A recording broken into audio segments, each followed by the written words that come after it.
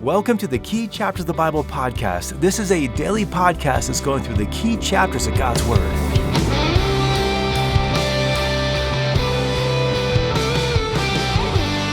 God has made many promises, and many of them are still in effect today. How do we walk in these promises for ourselves? Well, today we're turning to Joshua chapter 6, when the children of Israel defeated Jericho, and this account is a helpful example of what it looks like to walk in God's promises. So, welcome to the Key Chapters of the Bible podcast. My name is Russ Brewer. We are going through the key chapters of God's Word, one chapter per day. Today we're turning to Joshua chapter 6 and the Fall of Jericho, and this passage gives us a window into how God's people obeyed Him and how they walked in His promises.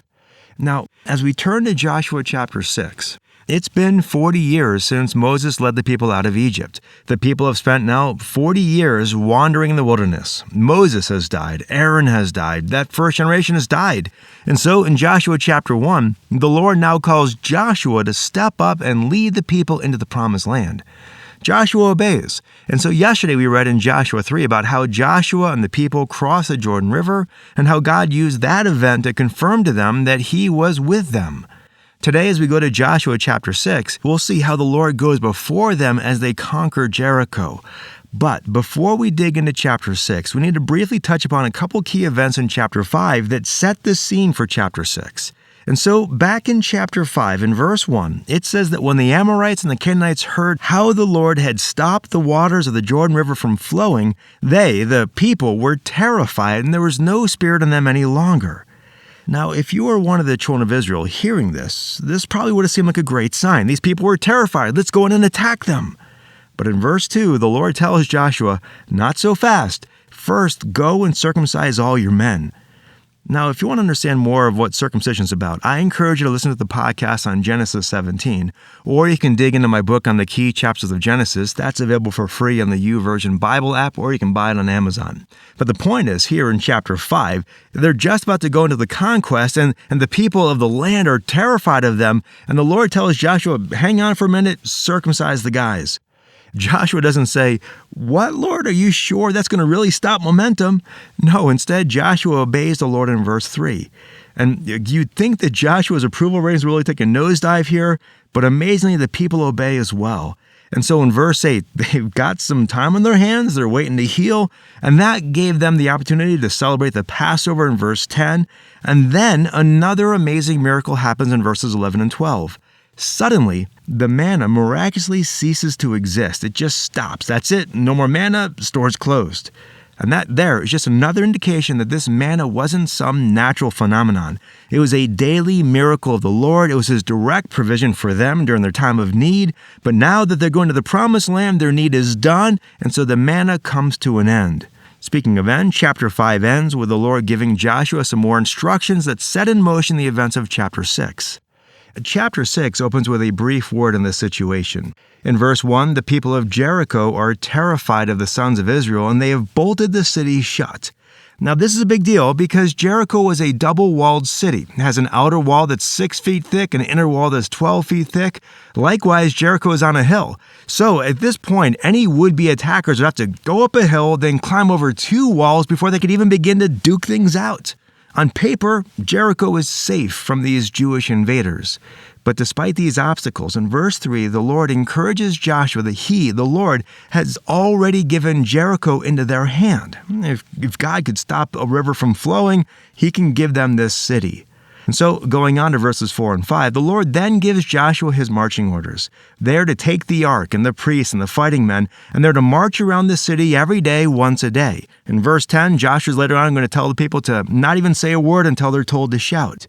On the 7th day, they're supposed to march around the city 7 times, and the priests were to blow with their trumpets, and then everyone is to shout, and the walls will just fall down flat. That's the promise, that's the plan. Joshua hears these words, and he's like, all right, got it. And in the next set of verses, Joshua takes these plans and explains them to the people, and verse 8 starts out by saying, and it was so. And this is just an amazing response. Under Moses' leadership, it seemed like nothing was ever just so.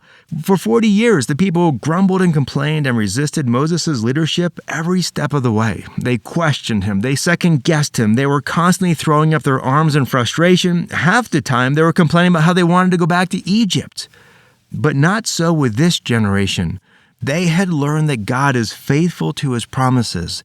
They had learned that God acts in ways that will show His power. They had learned that they could trust Him. And so, although most armies don't attack a walled city by circling it and playing musical instruments and shouting at its walls, that's what these people are going to do because that's what God says to do, and He's leading the way, and so they'll do what He says, and we'll see that they'll walk into His promises. Well, we know that the people were obedient to the Lord, and He was faithful to what He had promised them. And so they marched around the city once a day for 6 days. On the seventh day, they marched around the city 7 times, and then the priests blew their trumpets, the people shouted, and the walls fell down flat. And the children of Israel just stormed into the city and conquered it easily.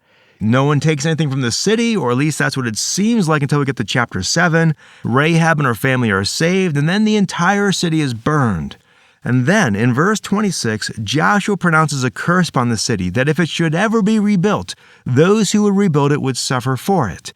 And that curse came true in 1 Kings chapter 16, verse 34, which says, Hiel the Bethelite built Jericho. He laid its foundations with the loss of Abiram his firstborn, and set up its gates with the loss of his youngest son Segub, according to the word of the Lord which was spoken by Joshua the son of Nun.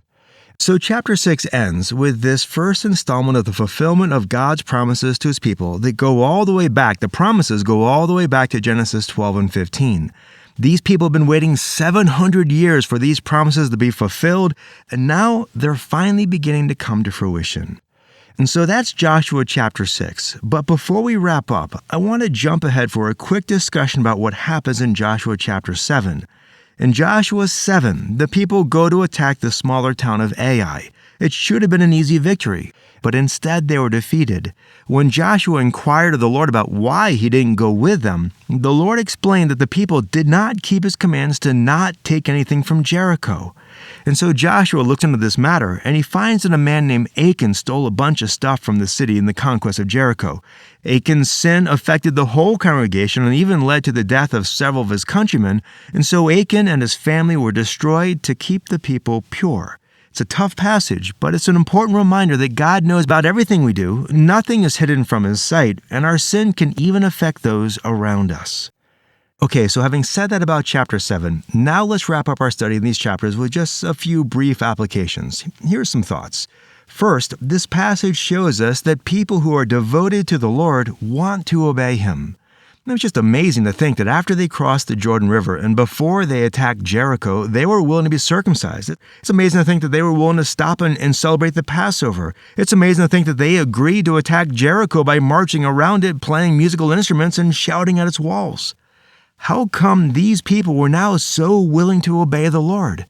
Well, because they were devoted to Him. They recognize that God does things in ways that shows that it's He who accomplishes the work, not themselves. And so these people knew that God was in charge. They knew that they could trust Him. They just wanted to be pleasing to Him, and therefore they were happy to obey Him. Along these lines, this passage also shows us that when we are serving the Lord, we're not in charge. These people recognized that God was in charge and not them. And so even if His instructions were unconventional, they believed God and they trusted Him and they obeyed Him, no matter how difficult the command or how little they understood the reason why.